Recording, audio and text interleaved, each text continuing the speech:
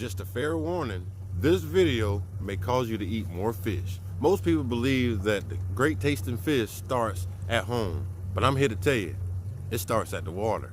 Y'all stay tuned for that. Welcome to Walking on Water. I'm Anthony. My channel is about fishing, fellowship, and faith. See, God created this world for us and gave us all the senses we need to dwell here. I'm just trying to show you another way, the way He intended. If this interests you, then I'll tell you like Christ told Simon Peter, follow me and I'll make you a fisherman of men. Facts.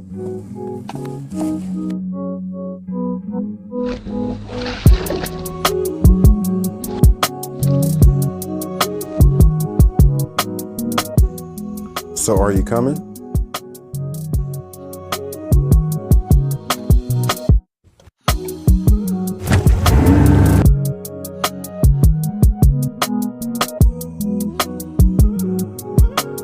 Yeah, they there.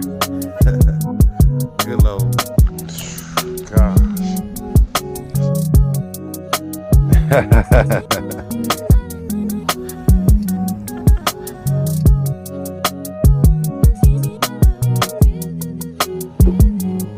Method works. Always stay close to the promises of God.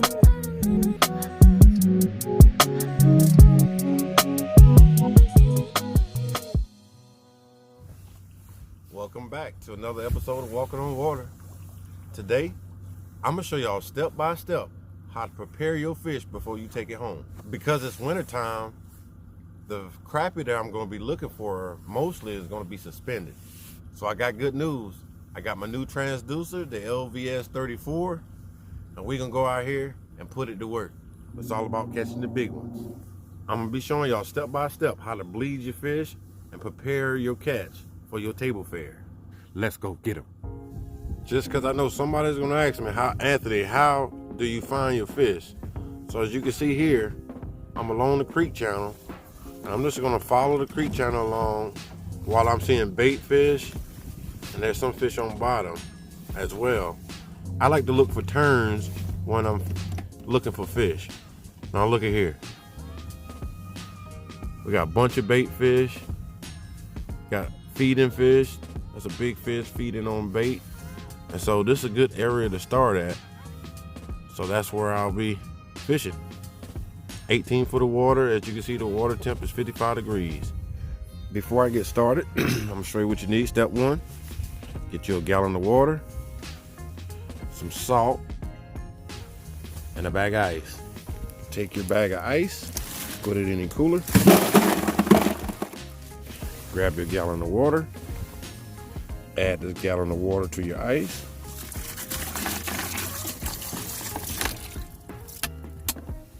Next up, we gotta season our cooler. I use this amount of salt just as a size reference of how much salt you might need. We're gonna put the whole container in our ice.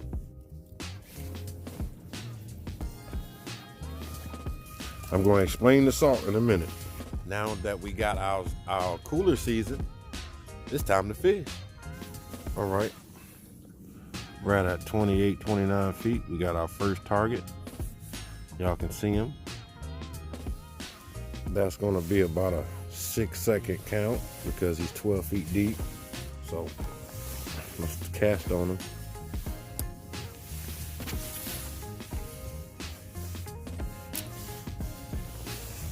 Jig falling towards him. He sees it, he's coming.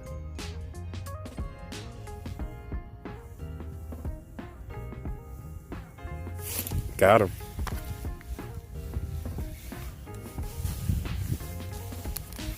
First fish. It's a good one. Come on up here. Came right off the hook. Let y'all see him. Pretty fish. Big fish. Now, step two. We got to cut his gill. All right. So you get your pair of scissors. You see the gill right here? When you go in there, you just want to cut it. Boom, just like that. That's it. If you look in there, you see he's starting to bleed. I'm gonna take him, put him in the basket, and let him bleed out. In about a minute, he should bleed all the way out. I don't know if y'all can see how the blood is coming out of him. I'm gonna take this time to explain it. All right, while he's bleeding out, I'm gonna explain it. So, if you was to cut a main artery in a human body, the vessel or the vein will squirt out blood. Now, because of the heart rate, the heart pumping, it's gonna pump blood out. You see? And so it's the same concept with fish. Cutting his gill is like cutting his artery. When you catch a fish and you fight him, his heartbeat is pumping extra fast because of adrenaline. His heart is gonna be pumping out the blood. And since you cut his artery, it's gonna empty out the blood. I'm telling you this because the fish is gonna die slow, and as his heart rate slow down, once it done push all the blood out, it'll start continue to pump until that fish passes. Now, this is where your salted water come in, because you put your fish in the salted water, and as the heartbeat slowly pumps, it's pumping in fresh, clean salt water. So you're pre-seasoning your fish right on the lake. So our fish should be finished bleeding. I'm gonna let y'all check it out. All right. It's only been about a minute and a half. See that now? That fish is on his side. You don't see no blood coming out of him. Now we're gonna take him and put him in the cooler.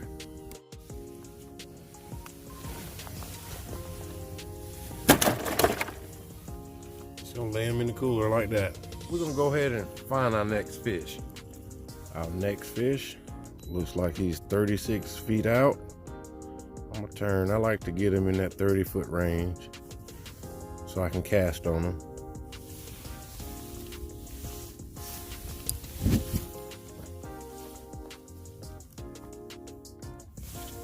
Coming down to him. He sees it. Pull it away. He's coming. Got him.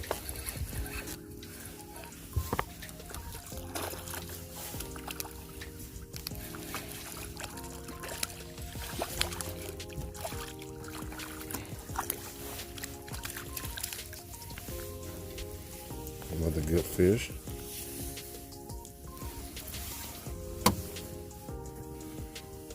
I'm gonna go ahead and bleed him. Put him in the basket. All right. Go ahead and bleed this fish. Just caught him. See that gill plate? Y'all can see that? Just snap it. That's all to it. See the blood run down. We're gonna put him in the basket. Let him bleed out into our next fish. We got another one sitting out there at 26 feet. See if we can get him. Cast out and catch him.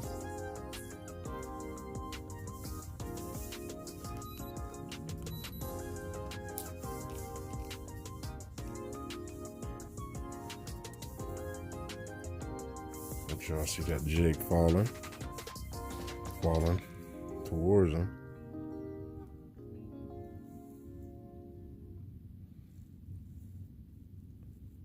He sees it. He's coming. Got him. Come on up.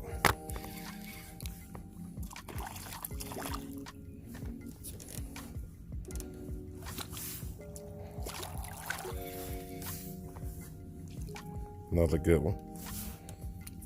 Get him swing on up. All right. Good fish. Now what I'm gonna do is I'm gonna take these scissors and I'm gonna cut his tail, because I'm not gonna bleed him, just so you can see the difference between the bleeding the fish and not bleeding the fish. So I'm just gonna take my scissors and clip his tail.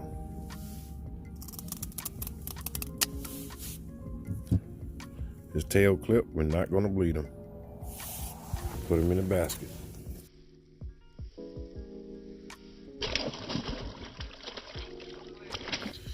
That's a pretty good sized fish right there. Sitting out at 30 feet. See if we can catch him. Cast it out. We're dropping to him. He sees it. He's coming. Take it away. Got him. It's a good one. It's a good one. Gotta get the net.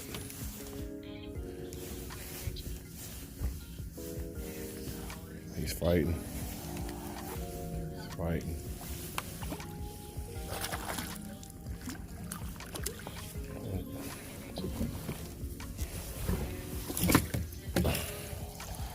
All right, we got him. That's a good fish. Let's get a weight on him. All right, we're gonna get a weight on this fish. Zero it out.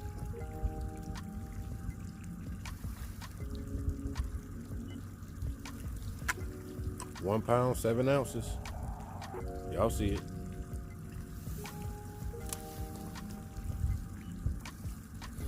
Put him in a box. All right, y'all, so it's coming up on about 2 hours and 30 minutes. And hey, I'm starting to get hungry, so you know what that means. I already did a count. I got 20 crappie and 10 white perch. That's good enough for me. I'm gonna go ahead and run to the house so we can finish this video.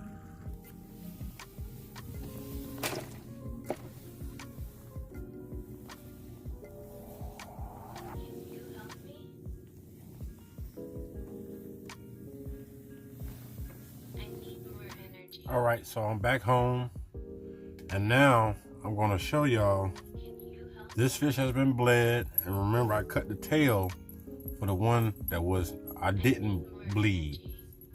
So I didn't bleed this one because the tail is off. I bled this one.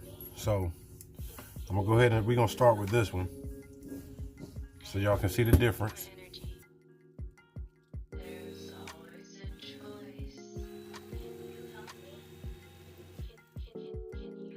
Want y'all to see that. See all that blood there? And the blood there. All right. Slide that down. This one has been bled.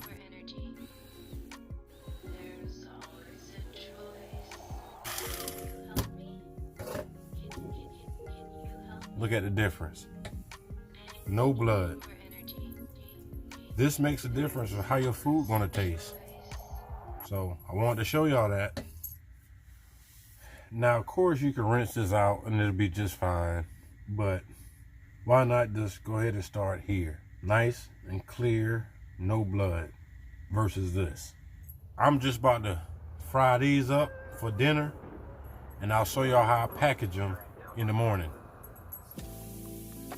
Got the fish, the grits, corned beef hash, and them biscuits. It's time to eat.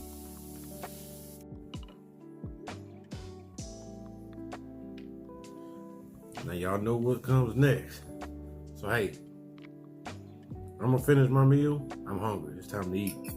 All right, it's the next day, and I got some fish to clean, but I had a subscriber ask me to show him Big 7. I'm gonna explain that to you. Here in the fishing world, Big 7 is 7 crappie that you're gonna weigh in for a tournament. Most crappie fishing tournaments have 7 fish to weigh in. So I'm gonna take these 7, and I'm gonna put them in an ice bag, and we're gonna get an official weight.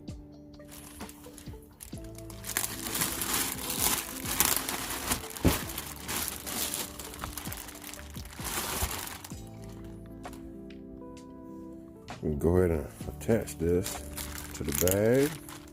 Don't know how much the bag weighs, but I'm sure it's pretty light. We can turn on our scale. Zeroed out.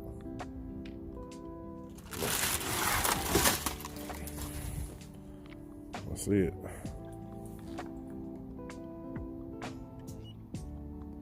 Official weight, 11 pounds, 13 ounces. There you go. So in the tournament world, 11 pounds, 13 ounces, that's a pretty respectable weight right there. It puts you in top 10. Depending on what lake you fishing, it could be top 3. So I'm gonna go ahead and clean my fish, get my fillets together. Then I'm gonna take them inside. I'm gonna show you how I like to package them. Now I have a vacuum seal. Now I know somebody gonna say, well, Anthony, I don't have no vacuum seal bag machine. No worries, I got you. I'm gonna show you how to get vacuum seal bags without the machine. All right, we about to get to these fillets. Quite possibly the best looking fillets on this side of the internet. Now I like to lay my fillets out like this, 10 fillets at a time, so I can bag it. Now just a quick tip, if you're gonna spend that time to season your water and get to this point, you might as well top it off with a little bit of lemon pepper. We're gonna put some lemon pepper on them before we seal them, put them in bags.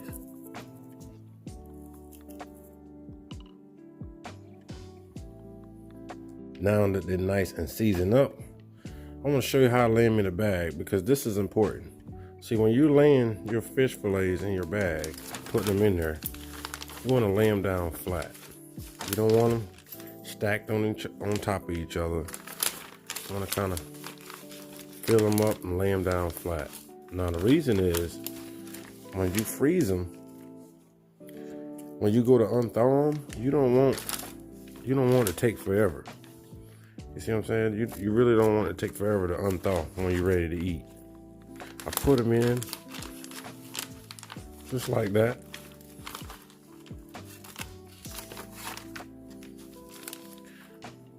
When you put them in this way, they'll unthaw in 15 minutes. You can take them, put them in the sink, and it'll take about 15 minutes to unthaw. And you'll be ready to batter them up and fry them.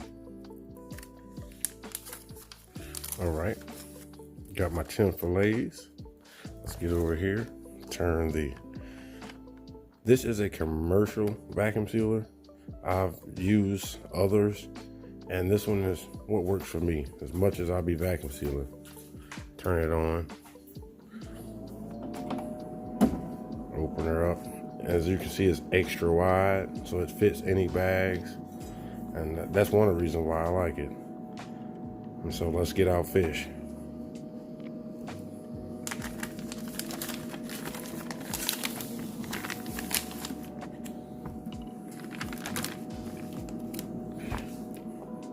Just gonna put the edges in it like this, close it down, hit start.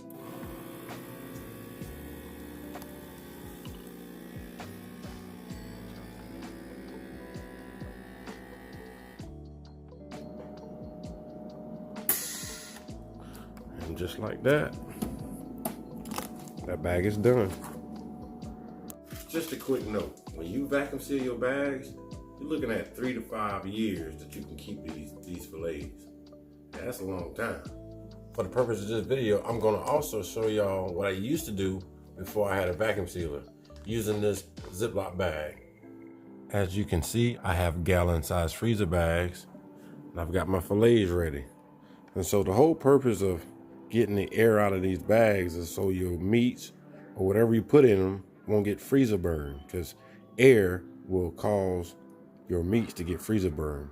So first things first, we got to turn on the water, and we're gonna fill this up. Okay, now that our water, the sink is full, we can use the water pressure naturally that's in this sink to push the air out of this bag. And what you do is take your bag and seal up from one corner all the way to this side. Now, I leave this side open with my finger. Leave it open like that and seal it. Now I just got this little hole right here. I'll let y'all see it. So the rest of the bag is sealed and only this is left. So you take it and submerge the rest of the bag real slow. Submerge it in the water like that. And as you put it in the water pressure is gonna push all the air out of this bag. I'm letting y'all see it. Now notice how I tilt it so that corner is always left out. Submerge it underwater.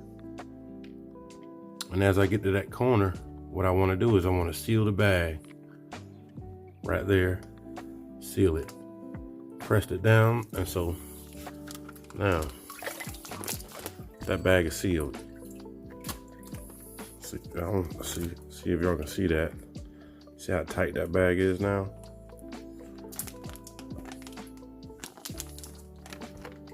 I'm gonna do that again with something else so you can kind of see how it actually pushes all the air out of the bag. Well, I just put some random packets in this another Ziploc bag just so I can show it to you. And I'm gonna zip up one side all the way down like so. Leave one side open. And I'm gonna take it and submerge it real slow in the water. Let all the air, the water press the air out of the bag until I get to that corner. Let y'all see it. Get to the corner.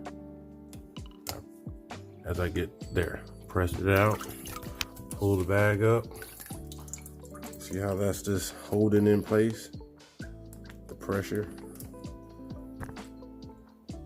Pressed all the air out of that bag.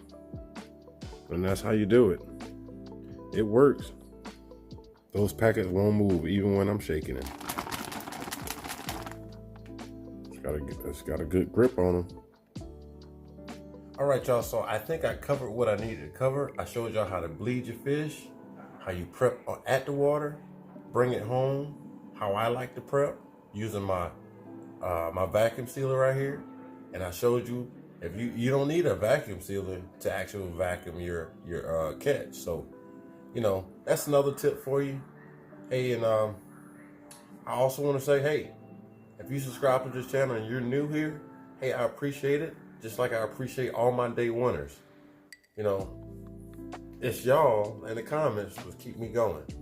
Me messing with all these fillets, I may have to start up some grease. Y'all already know what's about to go down. So remember, y'all be blessed.